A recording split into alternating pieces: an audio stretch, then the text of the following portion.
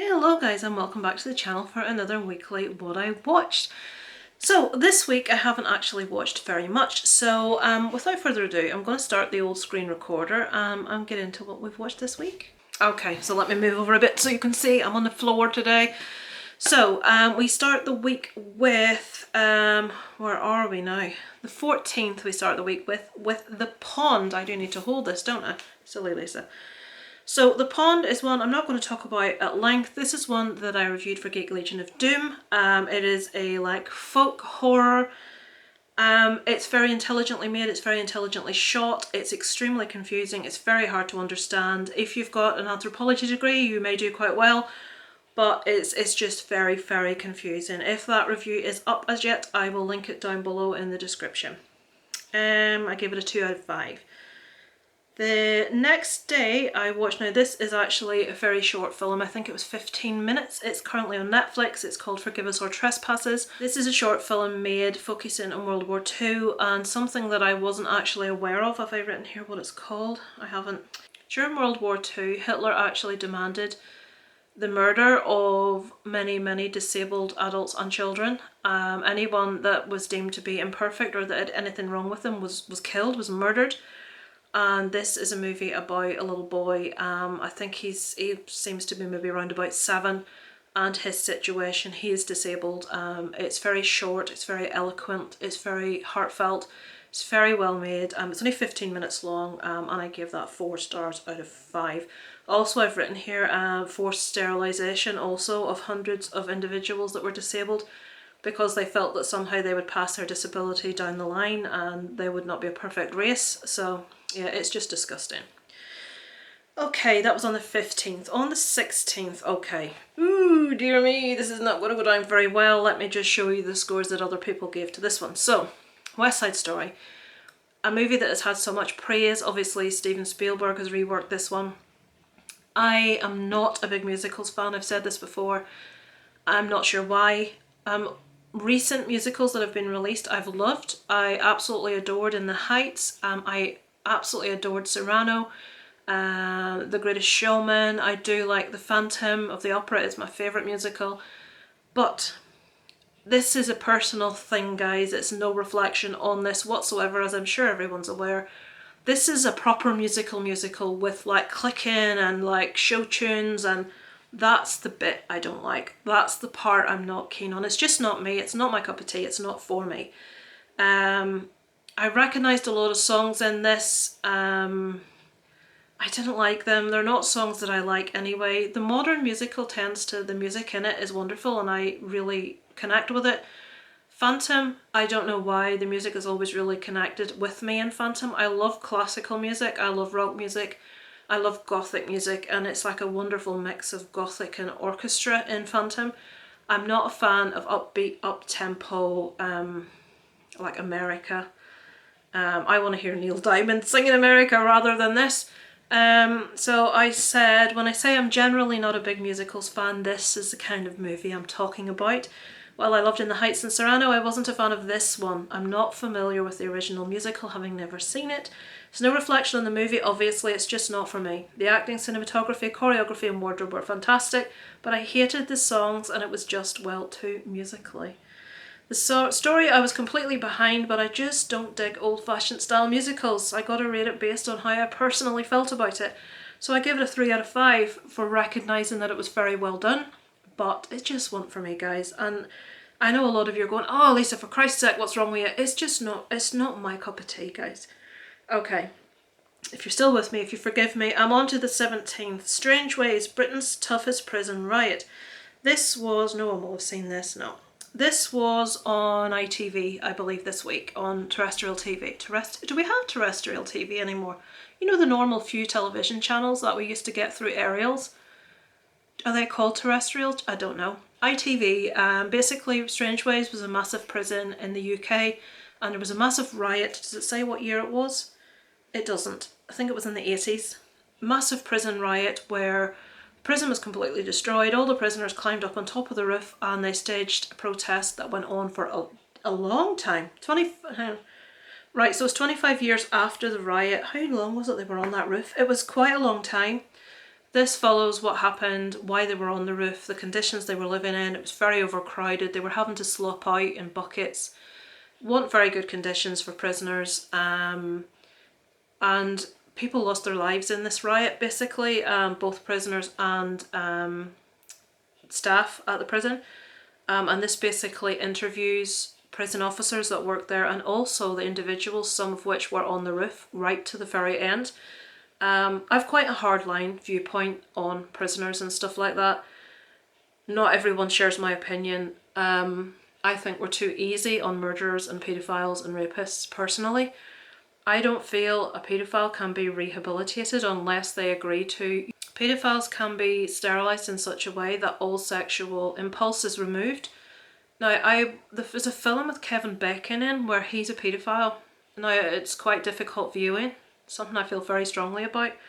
I'm getting onto all sorts here, I do apologise, but this is me, this is what I do. I don't do concise movie reviews, I talk about how I feel about what I've watched. And that movie painted it in a completely different light. It painted it as an affliction. It painted it that this was his attraction and he knew it was wrong and he did not want to feel this way. If it's impossible for these people to remove their sexual impulse and they know it's wrong and they don't want to have it, why not remove the sexual impulse, which then removes the crime? Now, in this movie with Kevin Bacon, he would have wanted that. That's what he would have wanted to do. But I just tend to have a very hard line about certain things. If you're proven to be a murderer and a serial murderer, a serial killer, there's no place for you. Why should people pay to keep you for the rest of your life and pay for your education, for your gym, for you to have, I'm not even going to get started because people say I'm too hardline, but there's not enough room in prisons for petty criminals, for thieves, for burglars, for people that mug and assault old people. There's not enough room for them, so they get off with it. Because prison's full of serial killers and paedophiles. Put them fucking down, as far as I'm concerned. I'm sorry, but that's my viewpoint on it. I'm aware there have been miscarriages of justice with regards to the death penalty. I'm very aware of that. But in certain cases, there's absolutely no confusion that this person's guilty. No confusion. I mean, why did Peter Sutcliffe had to be kept all his life? Myra Hindley, Ian Brady, I'm talking about British ones here, but people that we know have done it and they're serial killers and they're evil individuals. Why? Anyway, so that was Strangeways, Britain's toughest riot. Now you know where I'm coming from. You think, oh, she's a bit nasty.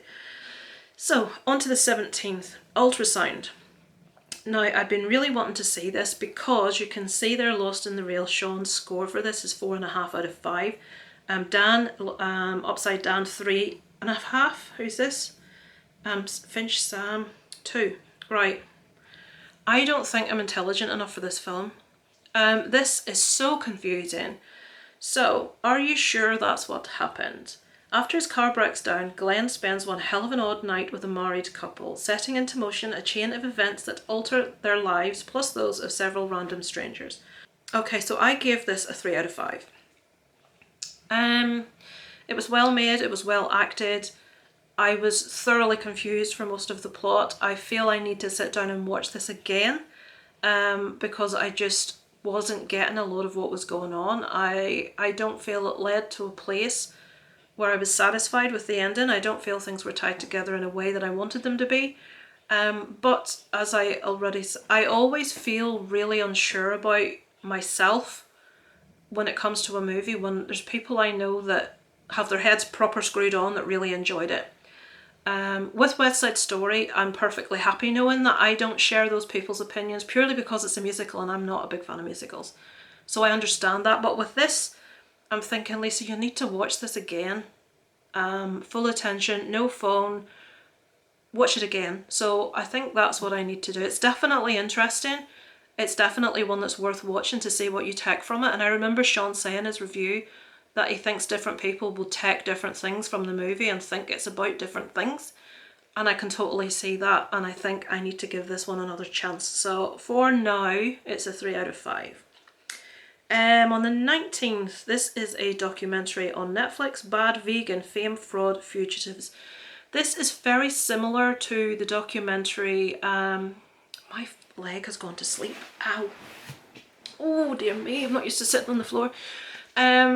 the documentary called The Tinder Swindler. This is quite similar. This is a woman being frauded by a guy, but the stories that he's telling her. There was another one, can't remember what it's called. Joe from Geeky Hijinks reviewed it also, or maybe talked about it in his weekly roundup, monthly roundup, not sure. But it was another one where this guy took all these people on a journey. It's on Netflix. He swindled them all. Their lives changed over the period of years. This is quite similar, but the things this woman was believing, I couldn't quite get my head around. She runs this like vegan restaurant that's like a celebrity hotspot. She's making a lot of money. She's doing very well for herself. She meets this guy. He convinces her that life is not what they think it is, that she is going to be queen in his future like life planet, that he can grant immortality to her and her dog and him, and he's just constantly asking for money. Can I have 50 grand? Can I have 17 grand? Can I have 20 grand? And she's not allowed to question anything because that means that she doesn't trust him.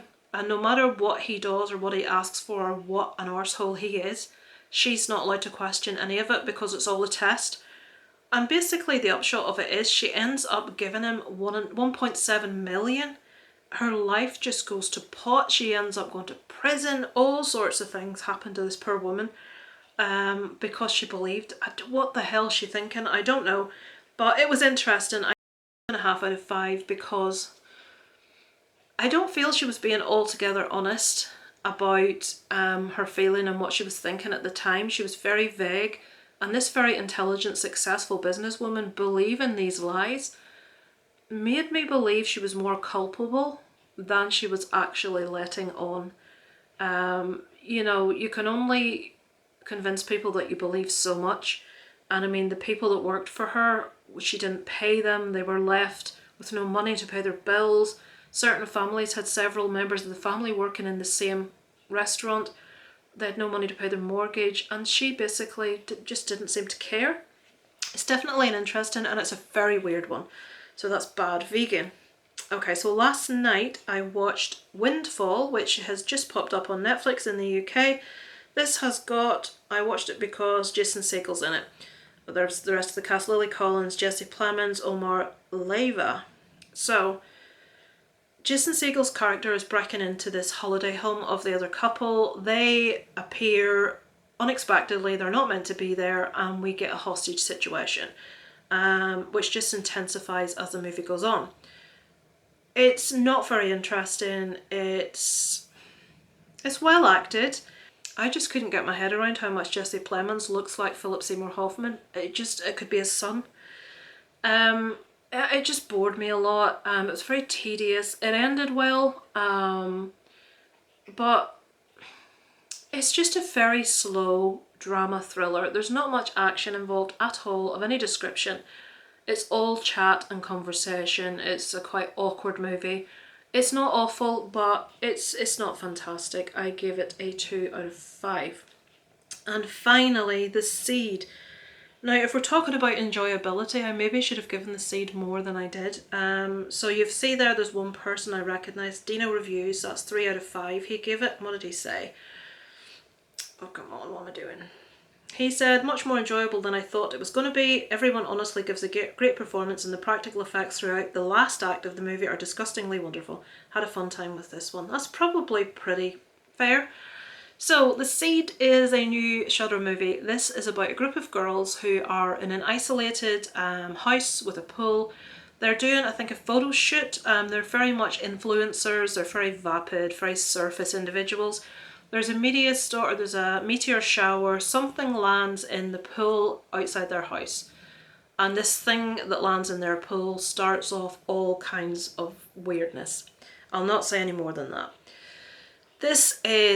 Now I will disagree with Dino in one respect. I felt that some of the acting was absolutely atrocious at the beginning of this. Maybe it was meant to be. It all seemed very forced, very stilted, very unnatural. The characters were completely unlikable, but I think that was the point. Some of the special effects were so bad it was funny. The particular thing that lands in the pool, when we get more into what that is, the effects just really, really, really made me laugh. and it does have a real 80s feel to it in that respect, and you can't properly get invested with this situation because you can't fear the situation because it's so laughable. I cannot say too much, but my dog's making snorting noises in the corner. It's funny, it's fun, it's light. There is gore in it, there is some really good special effects in it, but you have to take it. Maybe, is it meant to be a comedy?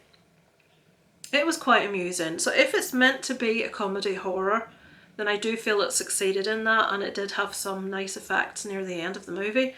I think I've been unfair. I'm sitting thinking about it now. I'm going to change that to a 3. I do think I've been unfair, because now that I'm thinking about it, it amuses me and it's making me smile. I think most horror fans will enjoy this from the point of the ridiculousness of it. So yeah, I'll give it a 3 out of 5. I would say watch it, but be prepared. It's so bad it's good. It's one of those kind of movies. So yeah, that's the last thing I've watched this week. Let me just switch off the old recorder. So that's what I've watched this week. I started playing Cyberpunk, is it 2077, this past couple of days. I am playing as a nomad. It's making me feel a bit motion sick because of the first person. I prefer third person. It's good, but I went back to Valhalla, Assassin's Creed, last night for just... Are you looking? Are you here to see the screen or to see all the people's watching you? Yes, they're watching you, they are. There she is in her jumper. Yes, and she's... Pardon you, was that a burp? Was that a burp that you did then? It was. And now oh, there's my phone. Right, I'm going to need to reply to this. This is about bloody hairdressers. Right, if you hear noises, it's about my hairdressing appointment. I'm trying to get my hair cut. It needs to go, guys. It needs to... I'm hoping to get it tidied up and cut quite a bit. So yeah, that's what's going on. Assassin's Creed Valhalla and a bit of Cyberpunk. I'm watching Haunted Hospitals on Discovery Channel because I like ghosty stuff. I want to go to the cinema to see the movie X. I'm really looking forward to checking that out. It's just getting the time to get in to see it. But yeah, that's what's... This dog and the noises, honestly. And a final reminder, guys, that I think this Sunday is the Cinema Squad's watch along with the Oscars, where you can vote for who you think is going to win in each category to see who gets closest, who gets the most points. In the UK, it's going to be Monday morning from 1 to 4 AM, so it's a really early one if you want to watch live in the UK. But if you're in the US, obviously it will be going out live with the Oscars on Sunday evening. So thank you for watching, guys, and I look forward to speaking to you next week. Over and out from Lisa Lives.